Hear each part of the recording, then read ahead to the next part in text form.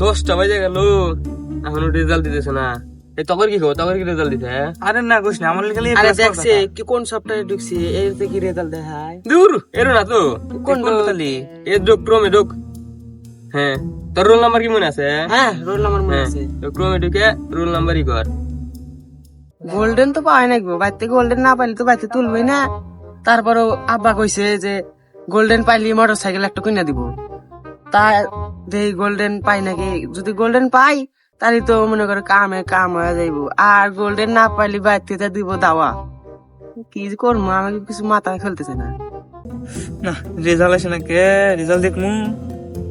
আমি যে ফেলাস না পাই আমার তো বাড়তেই লাগবো না। আর যে ফেলাস পাই আমার তো কিনা দেবো আইফোন। আর আইফোন কিনা দিলি তো আমি টিকটক ভাইরাল আনবো। না রেজাল্ট দিই আগে, রেজাল্ট দেওয়া যায় না কে।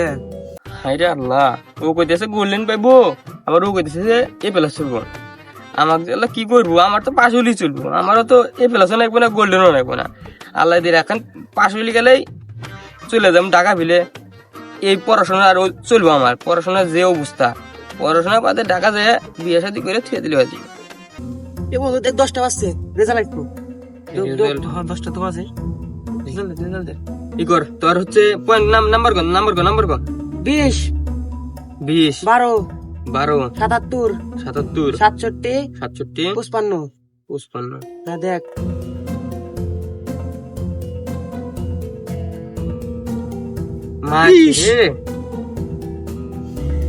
আমার হলো গোল্ডেন পাওয়ার কথা, আর আমি পাইলাম জিপি 5। আল্লাহ বাড়তে গেলে স্কাইরে মারবো আমার।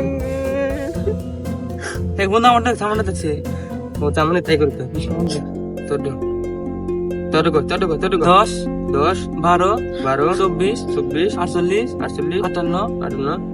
হয়েছে। ইস রে, আমার লেখা লাগে প্লাস পাওয়ার কথা, আমি বুঝি 4.99। ইস রে, আমার তো আইফোন কেনা হলো না, আমার পাচ্ছি লাগবে তোরটা দেখ, তোরটা দেখি। তাতে দেখছি বন্ধু।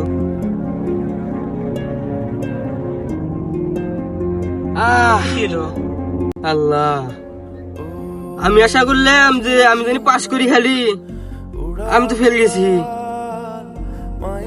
তোরা এ প্লাস পাইছে, তুই 4.9 পাইছিস, তারপরে তোর মন খারাপ। আর আমার, আমি তো ফেলাই যা, আমাকে তো আল্লাহ আমাকে তো মারি হেলাইবো। আমার মোটরসাইকেল কেনা হাইরে আল্লাহ, আমার তো আইফোন কেনা হলো না।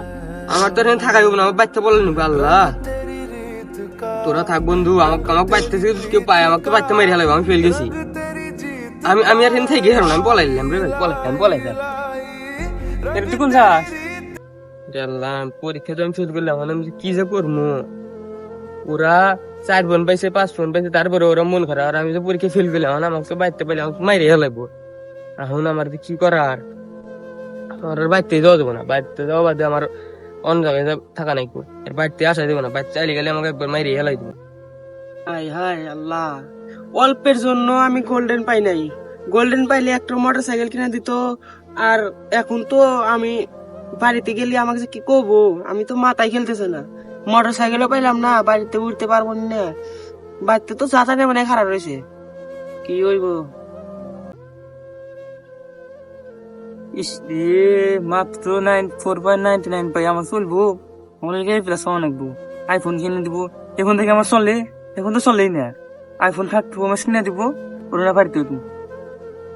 এখন যদি আমি বাড়তে যাই, আমার তো ফোন কিনে আমাকে তো বাড়তে দেখুন না। ইস রে, আইফোন কেনা হলো না। চল চল যাই, আইফোন তো আর কেনা হলো না। বাড়িতে দেখছি কি কয়, বাড়িতে বাড়িতে দেখতে দেখা না খাবে।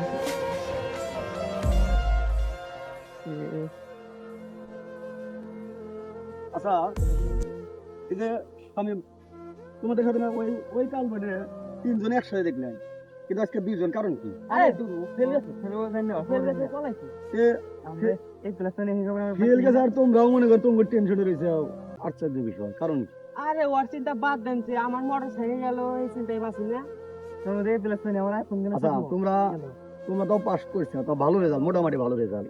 এবারকার যে অবস্থা, এরকম অবস্থায় মানুষ মানে হেলে গেছে অনেকগুলো, তারপরে তোমরা মোটামুটি ভালো একটা রেজাল্ট করছো। আর তোমরা ক্লাস 1 থেকে আজকে 10 পর্যন্ত একসাথে ছিল। কোনোদিন আমি দেখি নাই যে একটা দিন একজনকে ছাড়া আরেকজন কোন জায়গায় গেছিলাম, একটা আত্মীয় বাড়ি বোনের বাড়ি গেলেও তাও দুজনকে নিয়ে গেছে। আর আজকে ও ফেল গেল, সামনে যে ইন্টারভিউ ভর্তি হইবে তা তো পাইতেছাও না। তোমার কি এই চিন্তা একটু কি হয় না? আর তোমরা চাও গাড়ি নিয়ে, আইফোন নিয়ে এই সমস্ত টেনশন করতে। আর ও যে ফেল গেছে অগর থেকে তোমরা ছিন্ন হয়ে গেছো। আর আজকে তোমাদের মনের ভিতরে এরকম হয় না? দেখো ওর অবস্থাটা কি, আমি তো একটু দেখলাম আমার মুখ গুলা তাকানকে দেখে না। আর ও গেছে গেছে কোন দিকে এটা বলবা কি? আরে ও এই দিকে নাকি আর নো অনেক আর কিছু নাকি? আরে আর কিছু ও ঠিকই বললো, আমরা একসাথে থাকছি, আমরা তাও পাস করছি, ক্লাস 1 থেকে একসাথে থাকছি, আমরা তো তাও পাস করছি, ও ফেল করছে। ওর মনে মনে কি বা চলতেছে। ভালো করে বোঝাচ্ছে।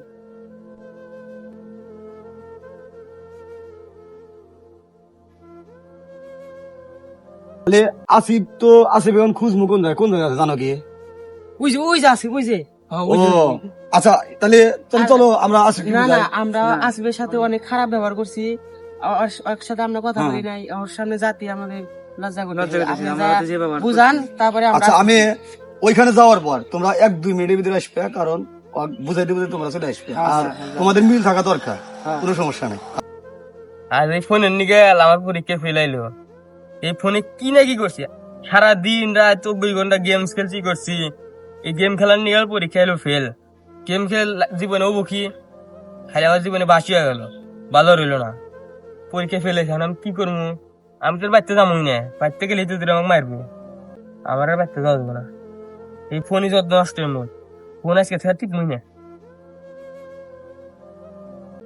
কি ব্যাপার আসিফ, তোমার মন খারাপ আমি শুনছি, আমি মাত্র শুনে আসলাম।